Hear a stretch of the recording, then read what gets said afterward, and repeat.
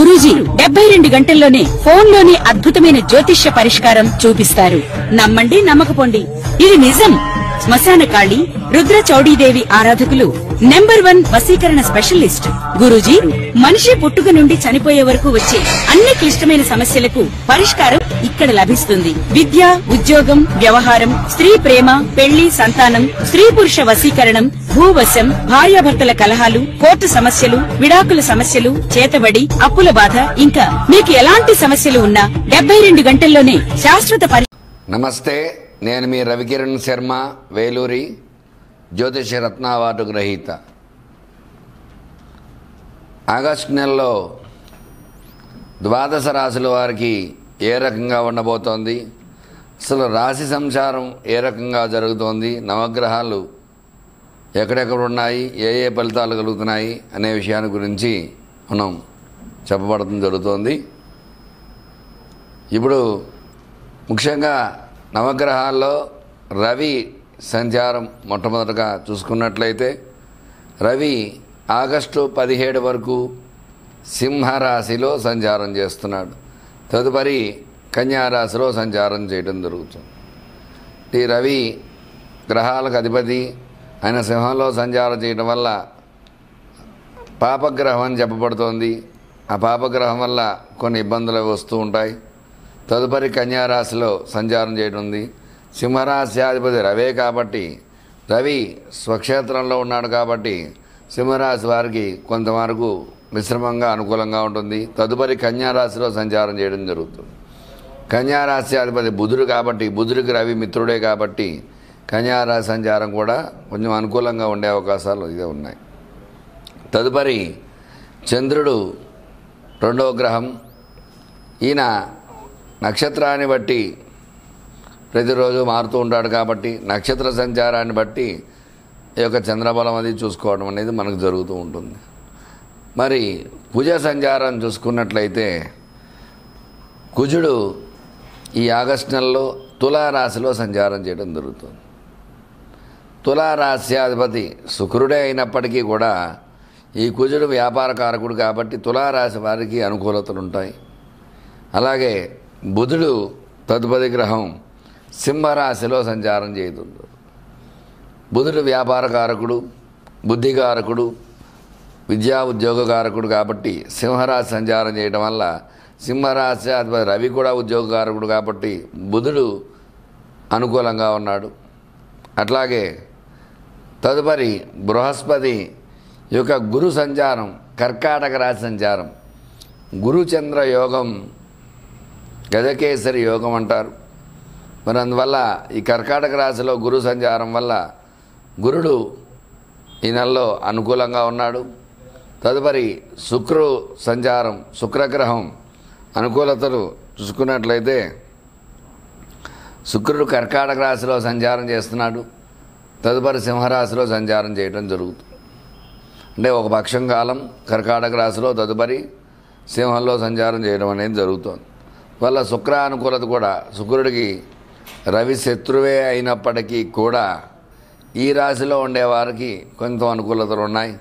అలాగే తదుపరి శని వక్రంలో ఉన్నాడు. వక్రంలో కుంభంలో సంచారం చేస్తున్నాడు కాబట్టి పాపగ్రహం వక్రిస్తే శుభం చేస్తుంది కాబట్టి కుంభరాశి వారికి శని భగవానుడు అనుకూలంగా ఉన్నాడు. అలాగే రాహు చూసుకున్నట్లయితే కుంభంలో సంచారము, కేతువు చూసుకున్నట్లయితే కన్యలో సంచారం చేయడం జరుగుతుంది. అందువల్ల ఈ నవగ్రహ సంచార స్థితిగతులను బట్టే ఈ యొక్క ద్వాదశ రాశుల వారికి ఎలా ఉండబోతోంది, ఏ ఏ రాశి వారికి ఏ ఏ ఫలితాలు కలిగిపోతున్నాయి అనే విషయాన్ని ఈ ఆగస్టు నెలలో మరి రాశుల వారీగా చూసుకున్నట్లయితే ఏ రకంగా ఉండబోతోంది అనే విషయాన్ని గురించి మనం చర్చించుకోవడం జరుగుతోంది. వృషభ రాశి వారికి ఈ ఆగస్టు నెలలో ఏ రకంగా ఉండబోతోంది అనే విషయాన్ని గురించి చెప్పడం జరుగుతోంది. వృషభ రాశి అధిపతి శుక్రుడు అనుకూలంగా ఉన్నాడు కాబట్టి ఈ రాశి వారికి ముందుగా ఆరోగ్య విషయంగా చూసుకున్నట్లయితే కొంతమేర అనుకూలత ఉంటుంది, ఇబ్బంది లేకుండా. ఎందువల్ల అంటే శని భగవానుడు ఏకాదశంలో ఉన్నాడు కాబట్టి శని ఆరోగ్య విషయంలో అనుకూలంగా ఉన్నాడు కాబట్టి ఖచ్చితంగా ఈ రాశి వారికి అనుకూలతలు వచ్చే అవకాశాలు ఉన్నాయి. ఆరోగ్య సమస్యల నుంచి అధిగమించి అనారోగ్య సమస్యల నుంచి అధిగమించి ఆరోగ్యంగా ఉండే అవకాశం ఖచ్చితంగా ఉంటుంది. అలాగే వ్యాపార పరంగా చూసుకున్నట్లయితే వ్యాపారవేత్తలు విజయకేతనంగా వేస్తారు. అనుకున్న రీతిలో వ్యాపారం లాభించడం, అనుకున్న రీతిలో చక్కగా వ్యాపారం సాగుతుంది, లాభాలు వస్తూ ఉంటాయి. అట్లాగే విద్యపరంగా చూసుకున్నట్లయితే చదువుకునేవారు విద్య అనుకూలంగా ఉంటుంది. ఉద్యోగ ప్రయత్నాలు చేసేవారికి నెలలో ఉద్యోగ అనుకూలత ఖచ్చితంగా వస్తుంది. ప్రయత్నాలు అనుకూలించి త్వరితంగా అనుకున్న ఉద్యోగం సాధించడానికి ఎక్కువ ఆస్కారం ఉంటుంది. చక్కగా ప్రయత్నాలు చేయడం ద్వారా ఉద్యోగ ప్రయత్నాల వల్ల ఉద్యోగస్తులకు అనుకూలంగా ఉంటుంది. ఉద్యోగంలో ఉన్న వారికి ప్రమోషన్స్ రావడము, అలాగే విదేశీయానం వెళ్ళడం అట్లాంటి అవకాశాలు కూడా ఖచ్చితంగా వస్తూ ఉంటాయి. అట్లాగే రుణ బాధలు ఉన్నవారికి ఈ నెలలో కొంచెం రుణ బాధ నుంచి విముక్తి పడే అవకాశం ఉంటుంది. ఖచ్చితంగా రుణాలు తీర్చడానికి ఎక్కువ ప్రయత్నాలు చేస్తూ ఉంటారు. అట్లాగే కోర్టు వ్యవహారాలు అనుకూలంగా ఉంటాయి. కోర్టు తీర్పు ఈ నెలలో ఖచ్చితంగా అనుకూలంగా వచ్చే అవకాశం ఉంటుంది. అట్లాగే రాజకీయపరంగా సినీ రంగంగా చూసుకున్నట్లయితే రాజకీయ నాయకులు మన్ననలు పొందుతారు. చక్కగా ఈ ప్రజలు చక్కగా ఈ నాయకుడు బాగా చేస్తున్నాడు అని ప్రజలందరిలో కూడా ఒక గుర్తింపు అనేది రాజకీయ నాయకులకు వస్తుంది ఈ రాశి వారికి.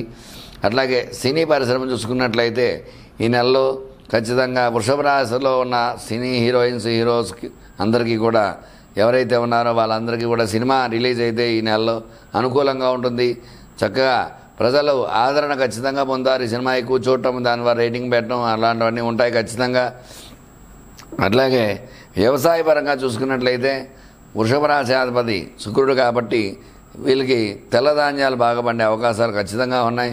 అట్లాగే రియల్ ఎస్టేటు, స్టాక్ మార్కెట్ పరంగా చూసుకున్నట్లయితే రియల్ ఎస్టేట్ రంగంలో కూడా శుక్రుడు అధిపతి కాబట్టి ఖచ్చితంగా అనుకున్న రీతిలో లాభాలు ఆర్జించడము, చక్కగా రియల్ ఎస్టేట్లో భూములు కొనాలనుకున్న వాళ్ళు, క్రయ విక్రయాలు చేసేవారు ఖచ్చితంగా ఈ నెలలో ఖచ్చితంగా చేస్తారు.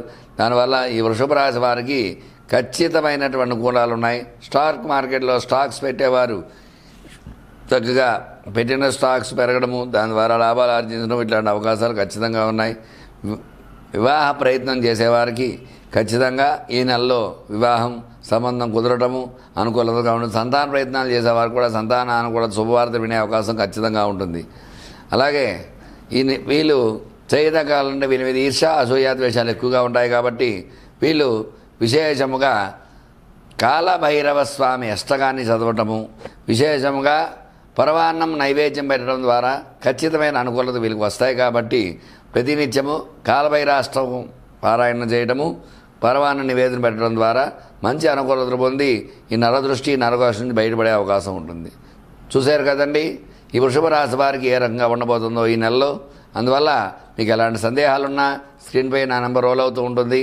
నా నెంబర్ని సంప్రదించినట్టయితే మీకు ఖచ్చితంగా గ్రహ పరిశీలన చేసి అనుకూలంగా పూజలు హోమాలు చేసి అనుకూలంగా చేయగలను.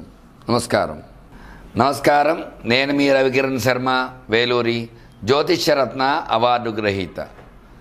మీ జాతకంలో ఎలాంటి ఇబ్బందులు ఉన్నా వాటికి చక్కటి పరిష్కారం చేయడం జరుగుతుంది.